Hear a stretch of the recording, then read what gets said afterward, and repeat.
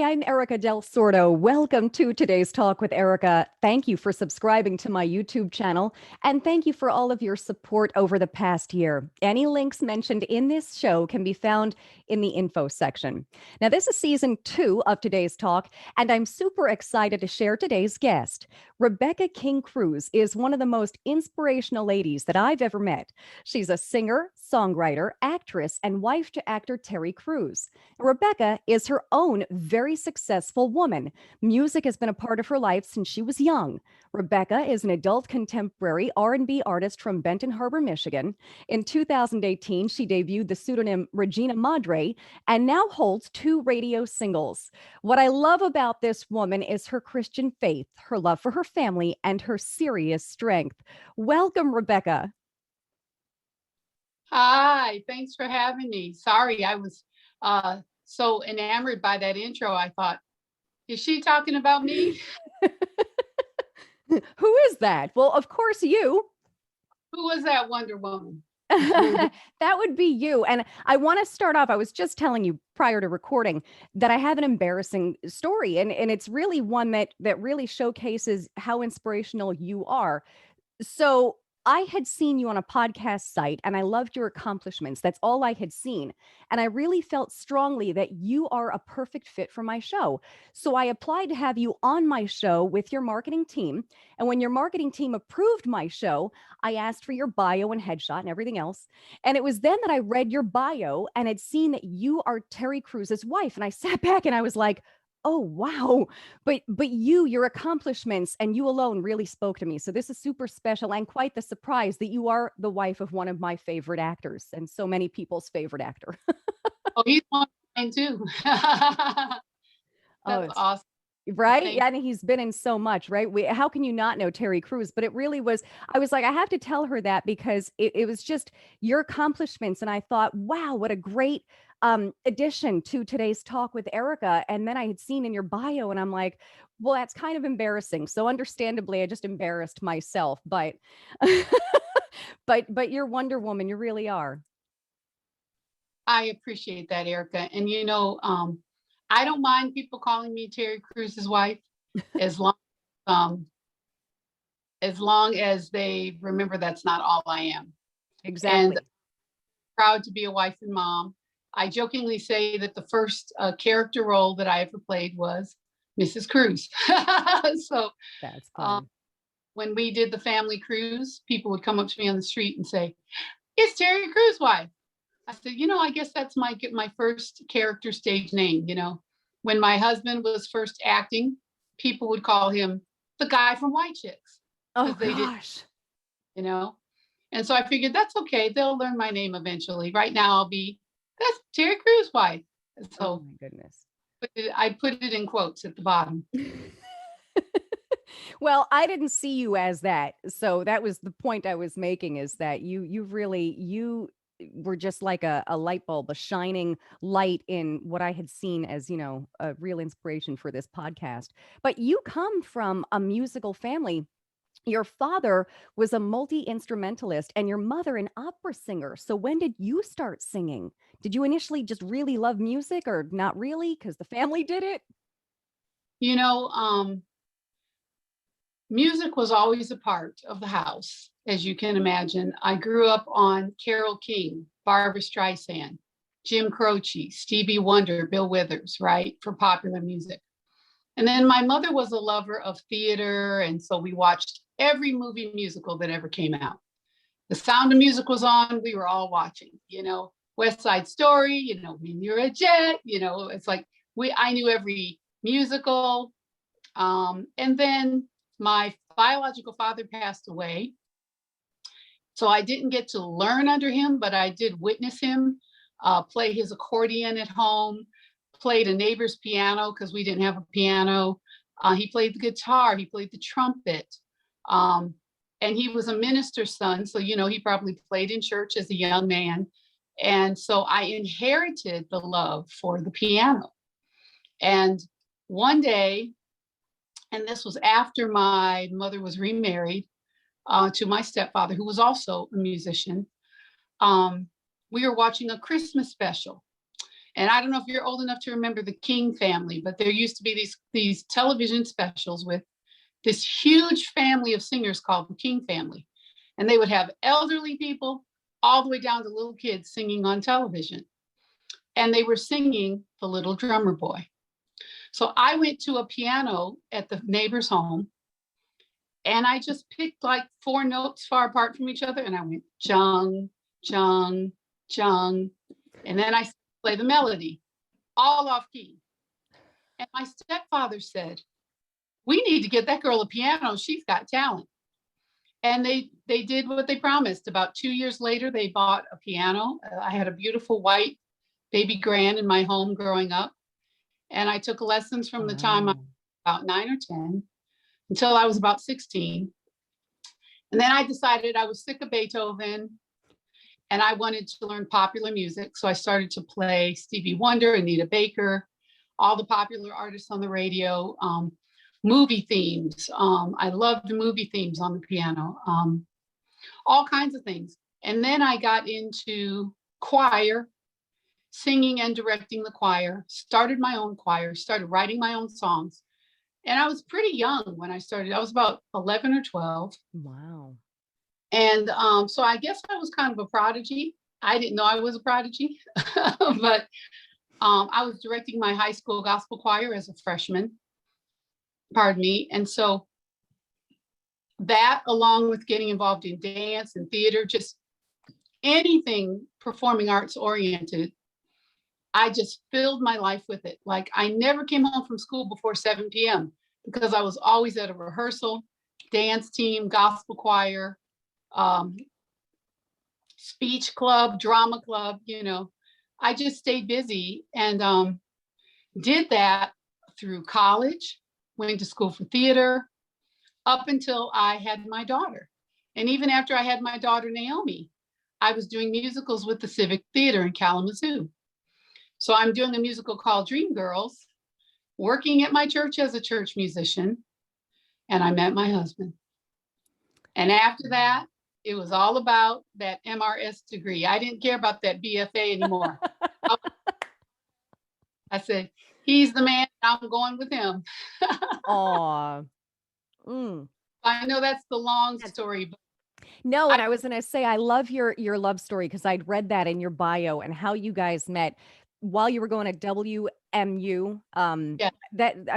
That's just, you met him in church, your Christian faith, you trickled that into your music and how you inspire others. I mean, so inspirational, but I loved that. I was like, oh my goodness, look at that. It's not a typical Hollywood story. You met him at church, which is so nice. And we would have never crossed paths if it wasn't for the church, because I did not watch football. The only football game I've ever gone to is the homecoming games, right? Because they're, that. And so we would have never met each other except for that church.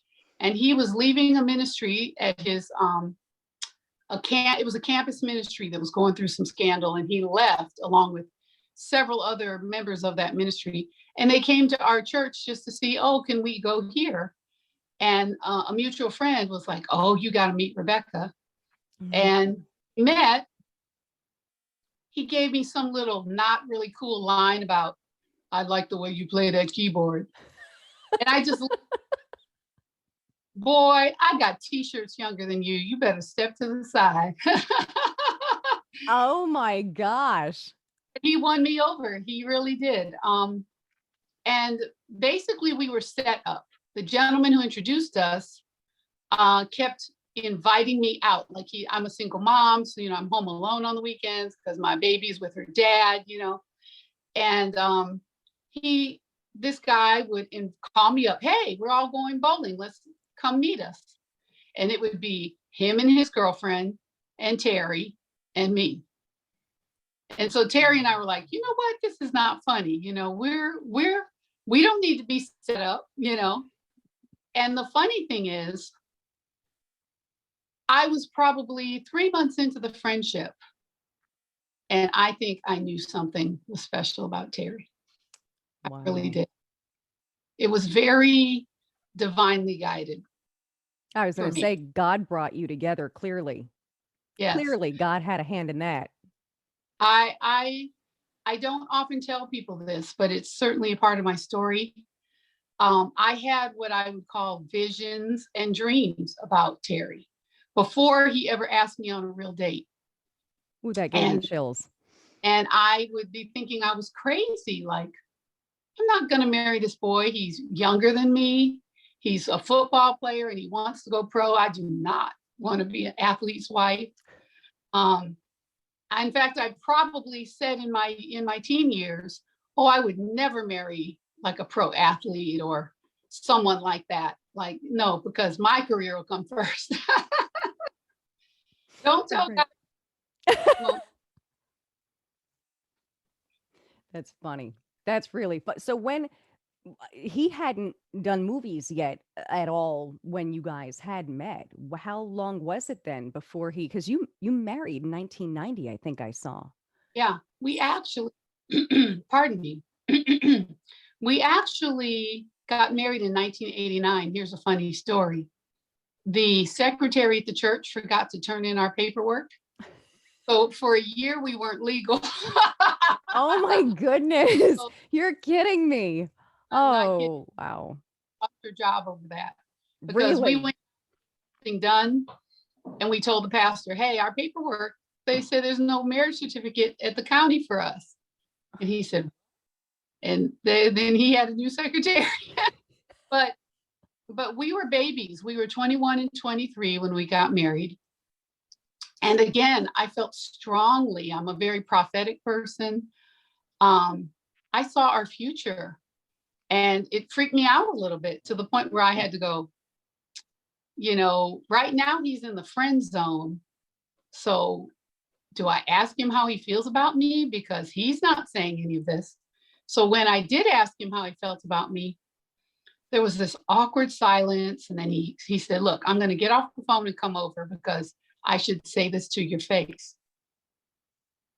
I thought he was going to tell me, look, I just like you as a friend. You have a baby. I'm not really ready for that. I'm trying to go pro, blah, blah, blah. I was prepped for that. I was braced for rejection, you know. And he looks at me and he bows his head and he said, sister, I really don't want to offend you or anything, but I think I'm supposed to marry you. Oh, wow. Wow. That's so romantic. Gripped on me. And I looked at him because, again, I've been having these dreams. I would see these daydreams, these visions, dreaming at night. And I just thought I was going crazy because I heard all the stories about the proverbial sister in the church going, that's my husband, and It's funny. he don't. And so when he said that, I just looked at him very seriously and I said, I think that you're right. And he grabbed me and picked me up and swung me in a circle. It was like a scene from I Dream a Genie or something. Oh, master, you love me. And from that day, we went to church together. We took our premarital counseling. We told everybody that we were getting married, and we had only known each other 6 months. Wow. So you can imagine people thought we were crazy, but we both knew. And the rest, Wow. they say, we're here in almost 32 years, still going strong, just launched our book, and ups and downs, but in spite, and I say this genuinely, in spite of all the things we've gone through, some of them were inflicted by him, I still believe with all my heart that I married God's best choice for me. And all of us in our callings and in our destinies, we make mistakes, we do things we shouldn't. And God doesn't give up on our destiny because we fail. And if we're willing to heed the call when he says, get back up, he'll take us all the way there. Wow. Woman, I can listen to you. Just preach it to me. I love that. I love that. And it's so true. Oh, and your love story and 32 years, that's amazing, first of all. And God obviously did have a hand in your marriage. But what an inspirational story. And of course, in 32 years, stuff's going to happen, but that you two are just going strong and just love each other so much and have a beautiful family. There's something to be said for that. You guys are one of the strongest couples, at least that's portrayed that I see. Naturally, I don't know you personally, but that's what I see. So that's wonderful Well, because typically these magazines like to turn things around, right? And I've not seen that. right. They do like to sensationalize. Um, they like to sensationalize whatever is wrong with Hmm. Hollywood because that sells. I mean, nobody wants to read, oh, they're happy. I mean, thank Right. wonderful publications. People magazine always does wonderful stories on us. And, you see some positive stories there about couples that have long, happy marriages and businesses together and celebrating that. And people actually did a wonderful feature on our anniversary party when we celebrated. So Wow. I will say this, that in Hollywood, there is a tendency to magnify the negative. But I will tell you, being on these sets and being in these music studios, um, like attracts like. And we have had wonderful, wonderful people. I mean, my son is on a Nickelodeon show right now. Beautiful, wonderful people working with him on that show. When we did our reality show, The Family Cruise, my producers, my crew, top flight people, really good people. And so there is the underbelly of our business, but you attract what you are. And so we have had like-minded and beautiful people in this business surround us. And to be honest, the majority of people in our industry are just good old-fashioned, salt of the earth people who put on their boots and go to work every day, from the crew to the hair and makeup to even the actors themselves. And what's sensationalized is just to sell papers.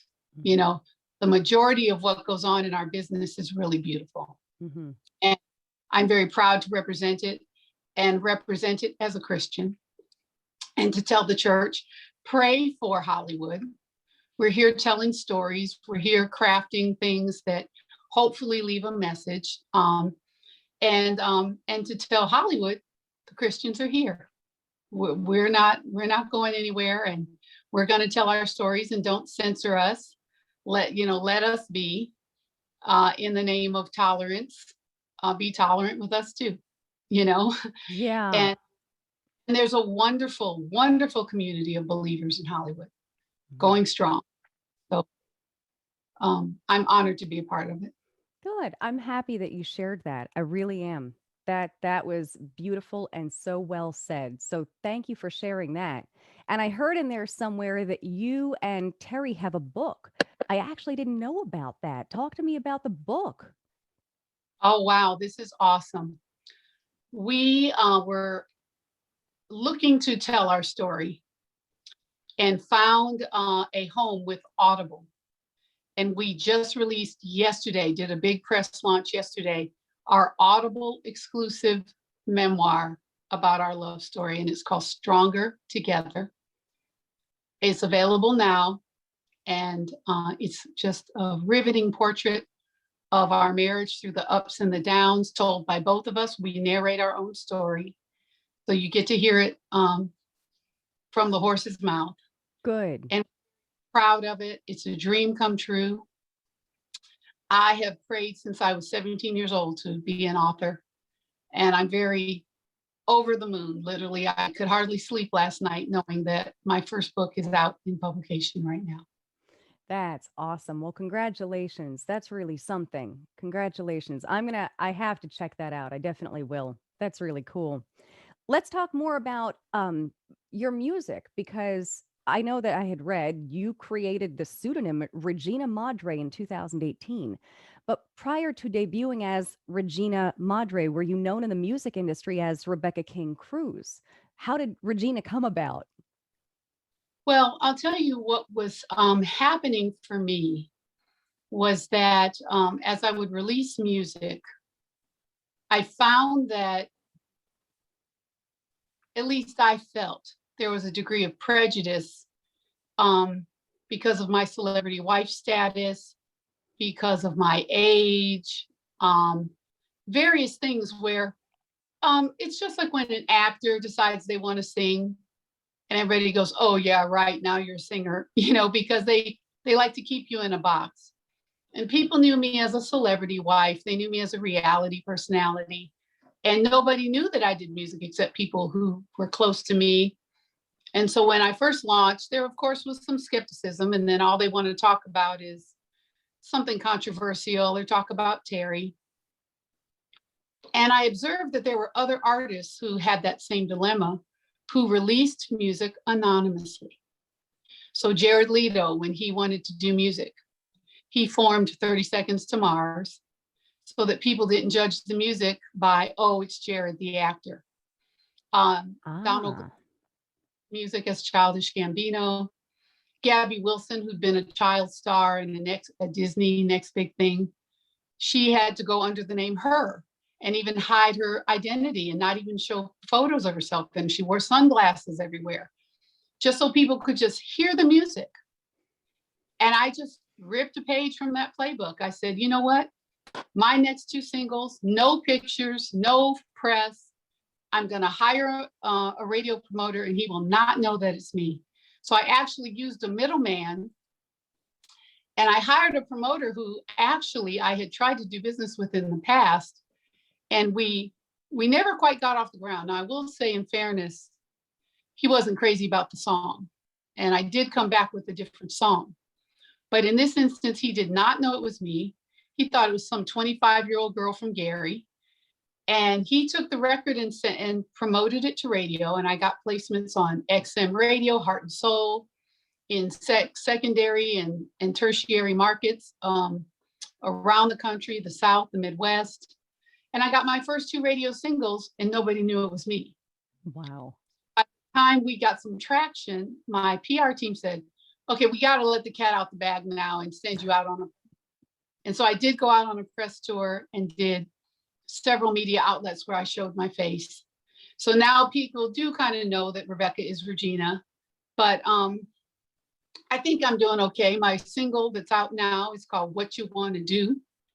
And it is number 33 in the country on the R&B chart right now for radio play. So wow. Go check out What You Want to Do on Spotify, Pandora, and Apple Music. It's a romantic ballad, little old school R&B.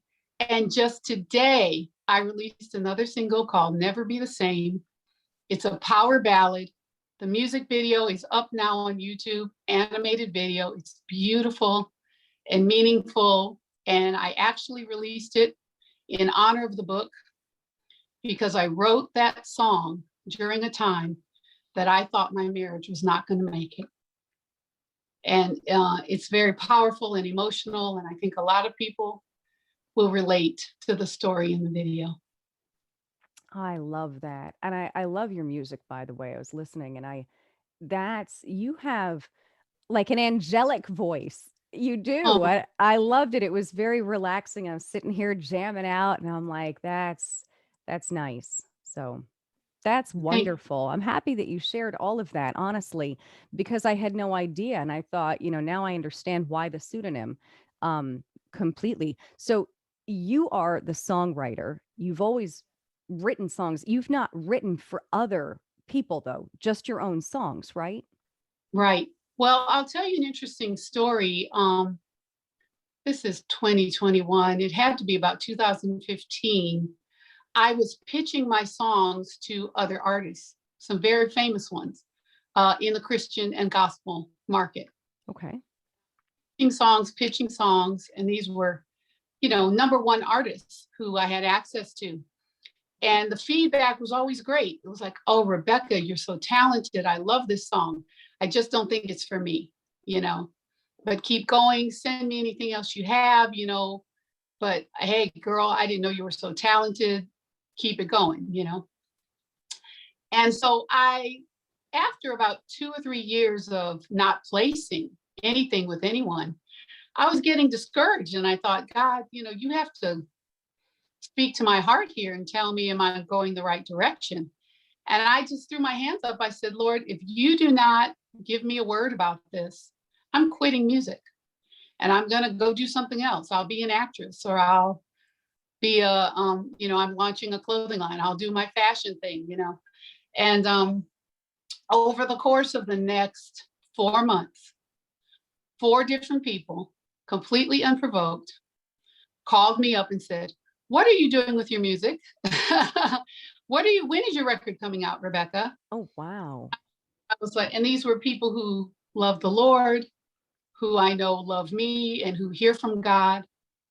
And the last person was a Grammy winning, very accomplished gospel artist who I'd never pitched a song to him. We had never met in person. We only knew of each other. And we were backstage at the BET Gospel show.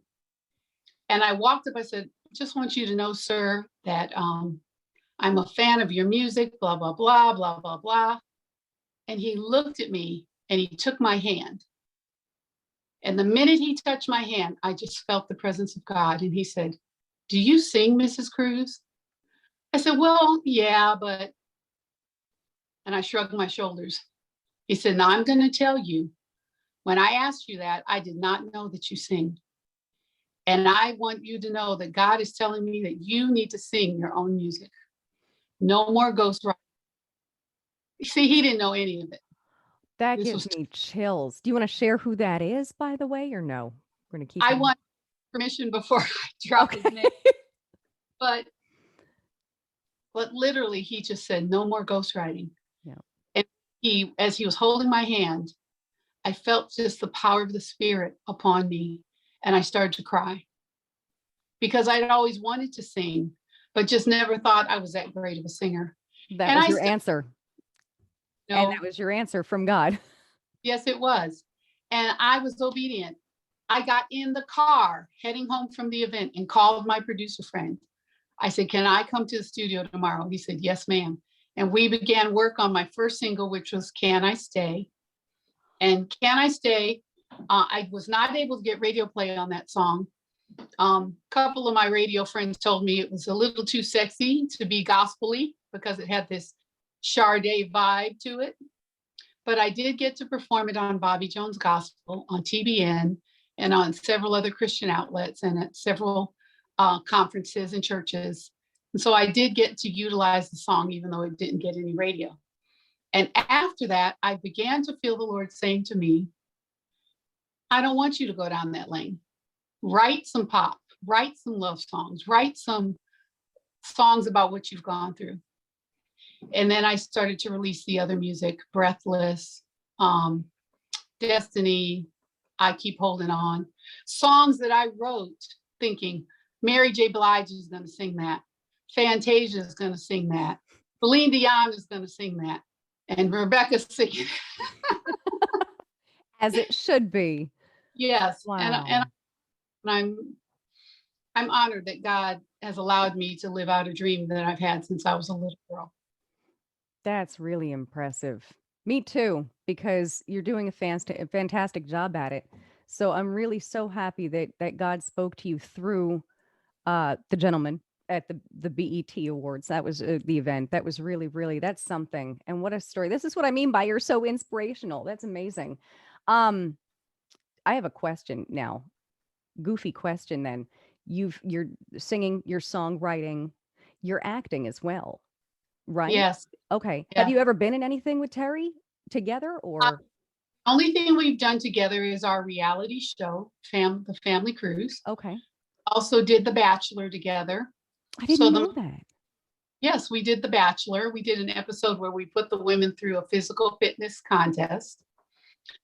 We've done lots of talk shows together. We've done some other reality appearances. Nothing film or sitcom. And but I did do a movie. I did an independent film. This was a master's thesis for a young lady here in LA called Blueberry. And I played a character named Grace, who is an author who strangely herself was writing under a pseudonym as a man's name. And because she was writing about African American culture and she was a white woman, she used a name that people thought she was a Black man. Huh. And so this character, a Black gentleman, is a fan of this author and lives by every word that he says and hunts the author down only to find that his favorite muse is a white woman. And so I played the character who he walks up to the door and discovers. He thinks I'm the guy's wife and then finds out I'm the one who's been writing the books. Mm-hmm. So it's a really beautiful story. It's about 40 minutes long and you can see it on Vivo and it's called Blueberry. I'm going to check that out. Vivo. Okay. I have to check that out too. So the audiobook and the movie. That's wonderful. That's wonderful. I have to. They Never the Same is out on YouTube. So check my Instagram and my YouTube page to watch Never Be the Same. I will. Where can we find that, by the way? Your YouTube channel is what now? Where can we find that? My YouTube channel is just Rebecca King Crews YouTube channel. And I have lots of things on that page. I have some music videos. I have videos from my women's conference I did a few years back. And we're going to load some more music videos there because when I was anonymous as Regina, we created a Regina page. So we got to pull those videos over to my Rebecca page. But, you know, I look at it like this. Many people say, well, you wear so many hats. But I look at creative people as people who bloom in many ways. If you look at our industry, there are so many rappers who act, and there are actresses who sing, and there are TV personalities who become businesswomen and businessmen, because really in this game, you need more than one hustle, you know, shelf life to everything. I was watching a wonderful documentary on Taylor Swift recently, and she talked longingly and in a very forlorn way about how the music industry spits out women like her, you know, the older you get and et cetera. And I watched that and I thought, wow, even Taylor Swift feels that pressure as successful as she is. Kudos to her that she got Album of the Year this year, you know, moving into her 30s. So I'm just proud of her and excited for her. I'm a big fan of Taylor Swift. And so we understand the necessity to keep it moving. You know, I've always wanted to design clothing. I'm doing that now. I'm wearing my own lipstick brand this morning, my Rebecca Crews red lipstick. Oh, I love that. Thank you. And nice. Create some handbags and clothing and working on more films. I've got a couple more kids who want to be actors. So I'm helping my children pursue their dreams and still being a wife, following him everywhere he goes, you know. And we've just kind of discovered that this is our mission. This is our family business, if you will. And so we're just together as a group, all trying to push these dreams into reality and hope we inspire people doing that. You do. You really do. That's really cool. I hadn't known about half of that. So that's so nice. And like I said, you've got such a wonderful family dynamic. You guys are always together. You portray being such a strong family. And I love that. You know what's funny? I want to, on your website, there's a paragraph that completely sums you up because you really are extraordinary. And I want to read that because it is everything that you are. And it says, Rebecca's genuine and uplifting tone comes from her lifetime of experiences and often puts those in close proximity at ease. You do. Her personable nature allows her to connect with all different types of people. Much of this comes from her Christian background and her desire to inspire others to fulfill their own dreams. She is an intuitive motivator who is in her natural element when she is touching, healing, giving insights, and helping restore others to a place of hope. Everywhere she goes, she brings a fresher, brighter perspective. Her mission is to utilize the film, music, and television industries to entertain, inspire, and motivate. And you are doing exactly that. Thank you, Queen. You really are an inspiration. That's why I had wanted to mention in the very beginning of this, you are your own woman. You are doing really amazing things. You are such an inspiration. And it's just, again, so many people love your husband, and that's because clearly they see him more, but now they get to see that he is married to an amazing woman. So Rebecca King Crews, her own inspiration right here. Thank you, Miss Erika. You're welcome. Thank you. You're welcome. Would you like to add anything that maybe we missed? Would you like to give some wisdom out, inspire others as we end? Let's see. The one thing that I have wanted to make a hallmark of my message and my mission is that it is never too late to be what you might have been. I was a performer who put my family first for 22 years. And God put me on television at 42 years old as a mommy, and then opened the doors for the other dreams to be fulfilled. And I want to say to anyone, whether you're a mom raising children, an empty nester who's now wondering what to do with herself and saying, is it too late for me to go back to school, go to law school, start my business? No, it is not. And I'm inspired by so many people who have done just that. I could name several that you've probably read about online: Colonel Sanders, Grandma Moses, Martha Stewart, Vera Wang, all started new businesses in midlife. And I want to encourage you that if you just take one step and then the next day take another step, that you will look up and find yourself living out your dream. And I want to encourage you to pray, to seek guidance. Don't go out there by yourself. God is with you. He will help you. He will guide you. He'll protect you. He'll help you see the pitfalls. And if you fall, he'll pick you back up. I'm very honored and thankful to have been given the opportunities to do things that at a certain point in my life looked impossible for me. They weren't impossible, but they seemed that way to me. And as time went on, I began to see differently. And as I began to see differently, I was able to act differently and move out and actually see the fruition of things that looked dead for me at one time in my life. So I want to say that to anybody watching. There's no such thing as lost chances. There are always new opportunities. Wow. That was absolutely perfect. I mean, perfect. Everyone needs to hear that. Everyone. Start your dream at any time. God has a hand in everything you do.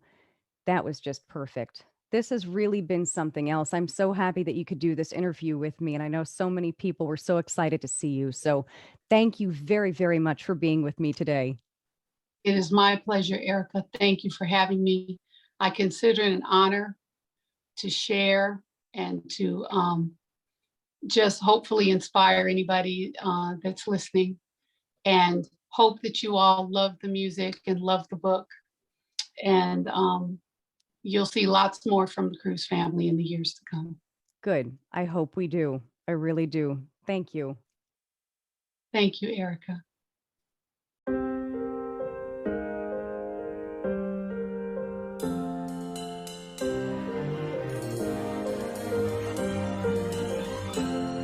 I cried like I never cried before. And I died like I never see the Lord. You lied, and it cut me inside. Oh, you lied, and you tried to cover and hide. Oh, you tried. Never be the same. Never be the same. Never be the same. Never be the same. Thanks for listening to Today's Talk with Erika. Join me next week for another discussion with the experts who help make life easier. Please visit my website, erikadelsordo.com, where you'll find all of my social media platforms and more. And be sure to subscribe to my YouTube channel. Once again, thanks for listening.